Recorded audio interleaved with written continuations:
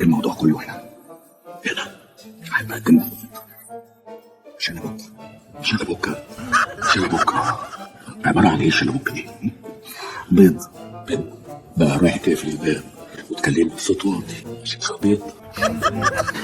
بيض سمك على بيض كابوريا على بيض استاكوزا على بيض محار البحر.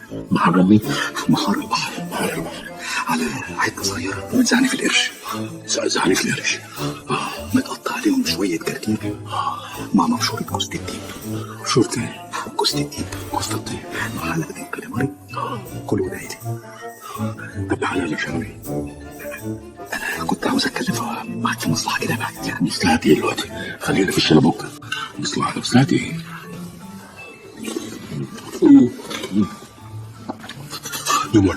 مش هتفوتوا جنب حراق.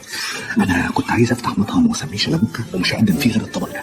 وانت حد هيشكر نفسه؟ انا لقيت واحد يموت لي ممكن يعني. ربنا يوفقك. الاوضه بتاعت عم درويش على حته من السور علشان المخرج يبقى على الشارع كده بيجر الرجل. انا موافق.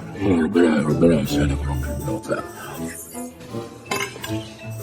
الدفع دي جامده. امسك يا مكة اوعى تقرب لي. انا مولع يا عيسى.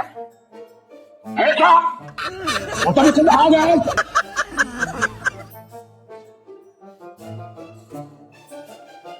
نقول صباحيه مباركه.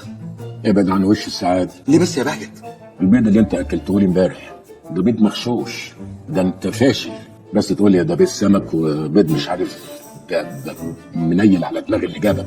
مش ممكن يا بهجت، دي الاكله الشعبيه في سلطان البروناي. انا مالي ومال البروناي. انا الحق عليا اللي مشيت وانا بكلم عيل اهبل زيك. وكنت ماشي حلو وكان دكتور فريد مراد يعني موجب معانا اخر واجب. طب والمطعم يا بهجت الشلبوك ده مشروع فاشل وانا لا يمكن اوافق عليه. انا احط دماغي على المخده اروح في سابع نومه واصحى دلوقتي.